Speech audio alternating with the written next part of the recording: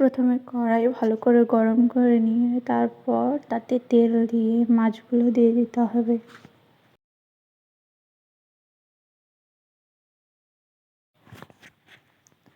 মাছগুলো একপাশে ভাজা হয়ে গেলে উল্টে আরেক পাশে ভাজতে হবে ভালো করে। দুই পাশে ভালোভাবে ভাজা হয়ে গেলে মাছগুলো তুলে নিতে হবে। তুলে নিয়ে একই কড়াইয়ে আপনি পেঁয়াজ কুচিগুলো দিয়ে দেবেন। দিয়ে পেঁয়াজগুলো লাল লাল করে ভেজে নেবেন।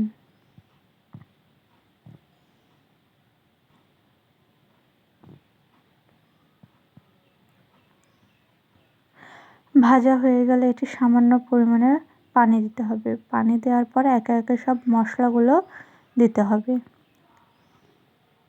যেমন লবণ, হলুদ গুঁড়ো দেওয়ার পরে মরিচ গুঁড়ো দিতে হবে। তারপর আদা, জিরা, রসুন বাটা দিতে হবে। দিয়ে একসাথে মশলাগুলো ভালোভাবে কষিয়ে নিতে হবে। ভালোভাবে কষানো হয়ে গেলে এখানে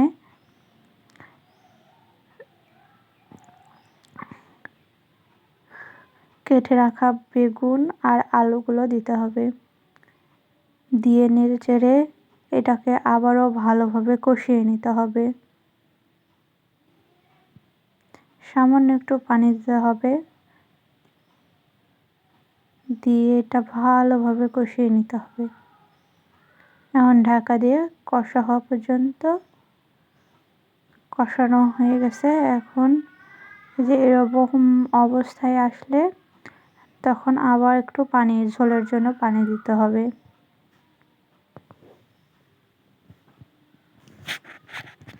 এইবার পানি দেওয়া হয়ে গেলে ঢাকা দিতে হবে। এরপর যখন তরকারিতে বলক উঠবে তখন মাছগুলো দিতে হবে।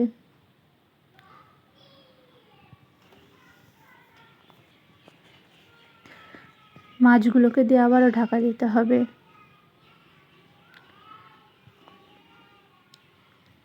এর মধ্যে মাঝে মাঝে ঢাকা তুলে নাড়া দিতে হবে। দেওয়ার পরে তরকারি যখন হয়ে আসবে তখন টমেটোগুলো দিতে হবে। দিয়ে আবারও কিছুক্ষণ রান্না করতে হবে ঢাকা দিয়ে। এটা তরকারির ফাইনাল লুক।